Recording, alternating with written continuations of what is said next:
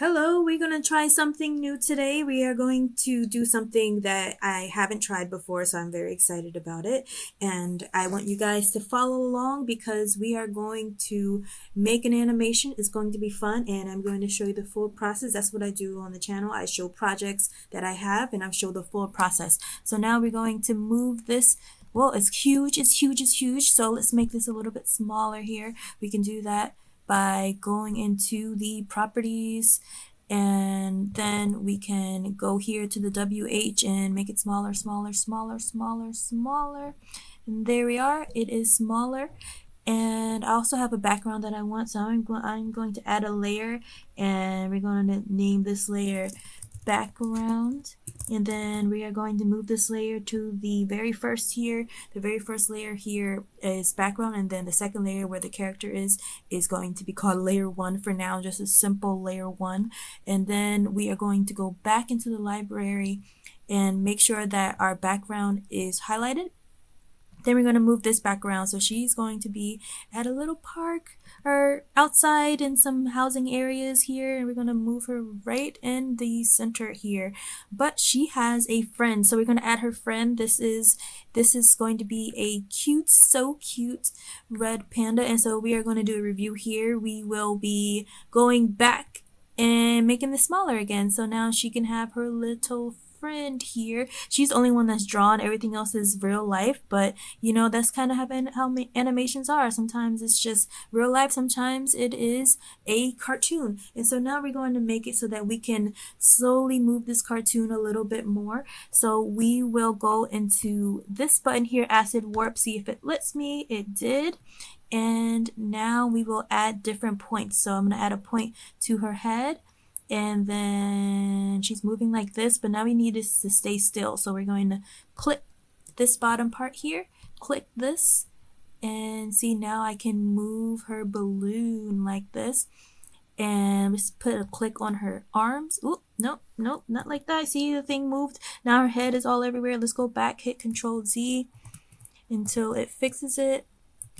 If it fixes it, so now let's go to File, Undo, or Edit Undo, and undo warp handle, undo deform shape, undo deform shape, and actually let's just move her head.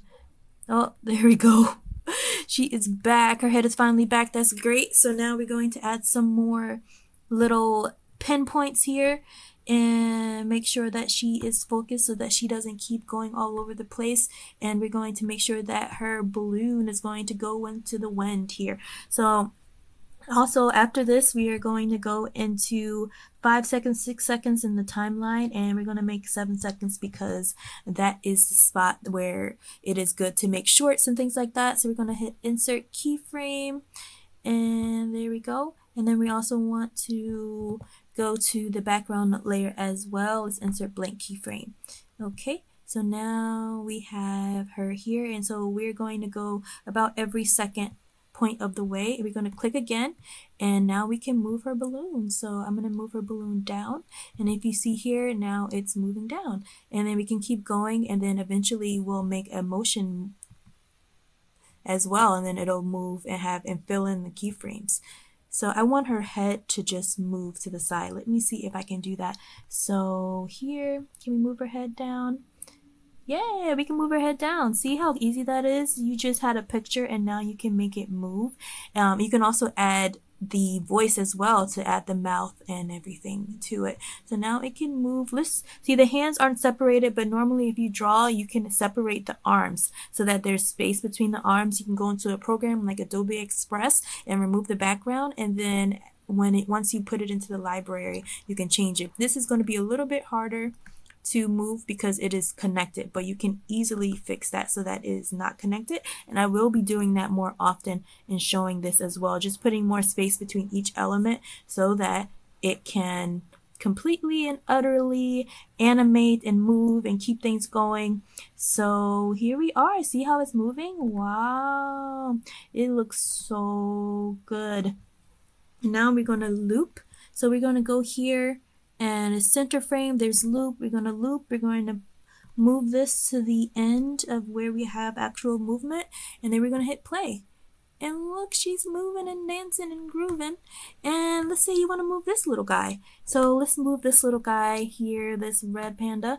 Click it. Let's go as a review here. So as a review, we're going to go here, hit the asset warp tool, hit this here, and now he can be moved. Let's move his ears. Yeah, and let's keep him steady. So now we're gonna move his ears.